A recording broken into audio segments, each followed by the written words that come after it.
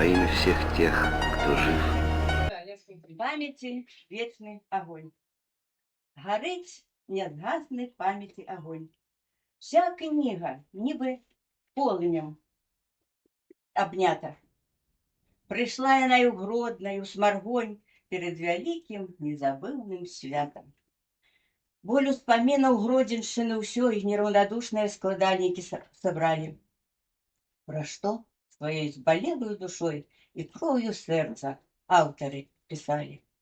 Успаміны цяжкія, душа баліць, расстрэлы, здзекі, у нямецчыну ўгоны, стаптанае дзяцінства, не забыць драты калючыя і лагеры загоны.